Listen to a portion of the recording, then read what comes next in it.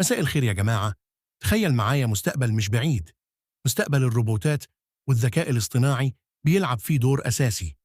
مجرد ما بنسمع كلمة ذكاء اصطناعي أو روبوت، كتير مننا بيجي في باله أفلام الخيال العلمي والروبوتات اللي بتسيطر على العالم. يا ترى الخوف ده مبرر؟ وليه التكنولوجيا دي بالذات بتثير قلق كتير من الناس؟ تعالوا نتعمق في الموضوع ده سوا.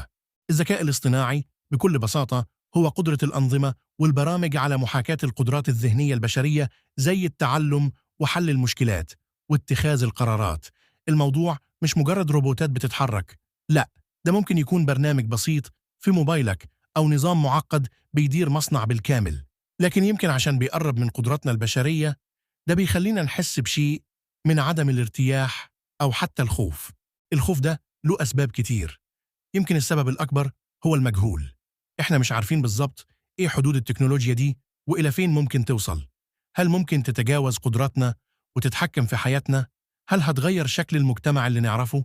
الأسئلة دي كلها بتولد حالة من القلق، خصوصاً لما بنشوف التطور السريع جداً اللي بيحصل في المجال ده كل يوم. في جانب نفسي كمان. البشر بطبيعتهم بيخافوا من أي شيء جديد أو خارج عن المألوف، خصوصاً لو بيتعلق بقدرات كانت حكراً علينا كبشر، زي التفكير والإبداع.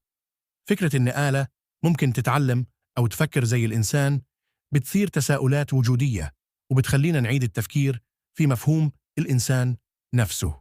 واحد من المخاوف الأساسية والملموسة أكتر هو تأثير الذكاء الاصطناعي والروبوتات على سوق العمل. كتير بيقلق إن الآلات هتحل محل البشر في وظائف كتير، مش بس الوظائف الروتينية اللي كانت محتاجة مجهود بدني، لا، ممكن كمان وظائف بتحتاج مهارات معرفية معينة.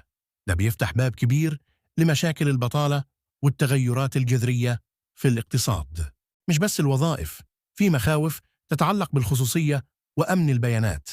أنظمة الذكاء الاصطناعي بتحتاج كميات ضخمة من البيانات عشان تتعلم، وده بيخلي فيه قلق كبير بخصوص إزاي البيانات دي بتستخدم، ومين اللي عنده إمكانية الوصول ليها، وهل ممكن يتم اختراقها أو استخدامها بشكل يضر الأفراد والمجتمعات.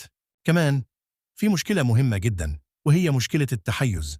أنظمة الذكاء الاصطناعي بتتعلم من البيانات اللي بندخلها ليها. لو البيانات دي فيها تحيزات موجودة في المجتمع بالفعل، فالذكاء الاصطناعي هيتعلم التحيزات دي وممكن يكررها أو حتى يضخمها في قراراته، وده ممكن يؤدي لتمييز ضد مجموعات معينة من الناس. نقطة تانية بتثير القلق هي صعوبة فهم إزاي أنظمة الذكاء الاصطناعي بتاخد قراراتها المعقدة. ده بيسموه الصندوق الأسود. لما قرار مهم بيتاخد بواسطة نظام ذكاء اصطناعي، زي مثلا الموافقة على قرض أو حتى تشخيص طبي، بيكون صعب نعرف بالظبط إيه الأسباب اللي أدت للقرار ده، وده بيصعب عملية المساءلة لو حصل أي خطأ. على نطاق أوسع، فيه مخاوف تتعلق بالتحكم.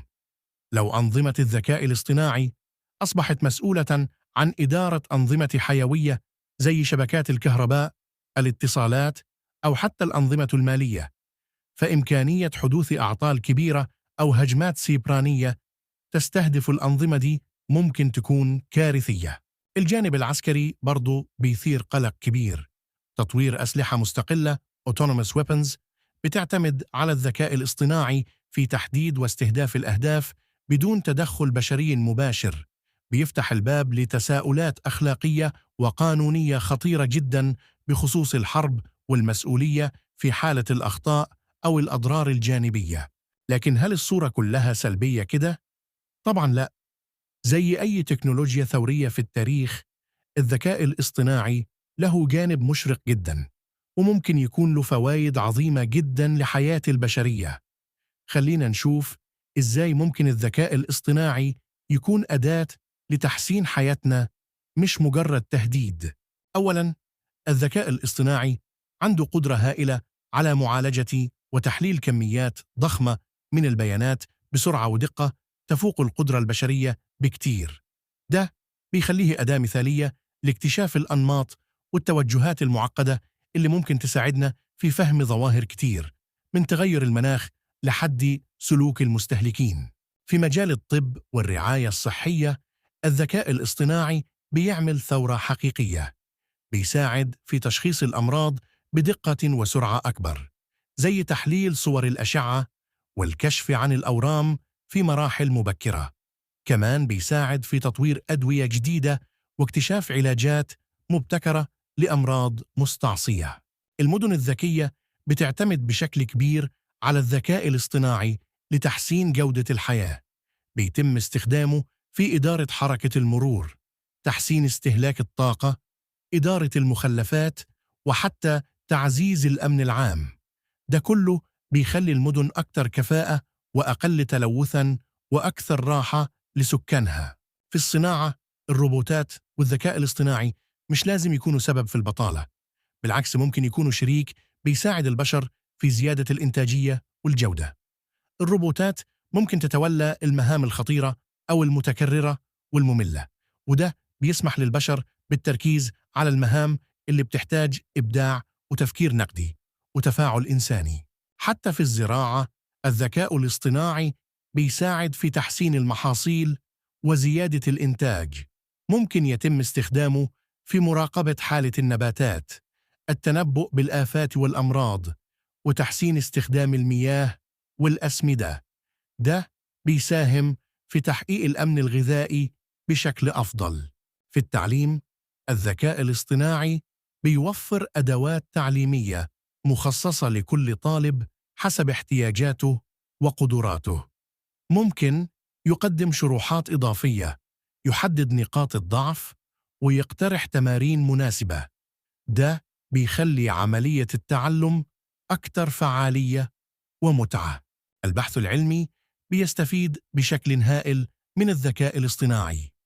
بيساعد العلماء في تحليل مجموعات بيانات ضخمة جدا، اكتشاف علاقات وروابط جديدة بين الظواهر المختلفة، وتسريع وتيرة الاكتشافات في مجالات متنوعة زي الفيزياء، الكيمياء، وعلم الفلك. إذن الموضوع مش أبيض وأسود.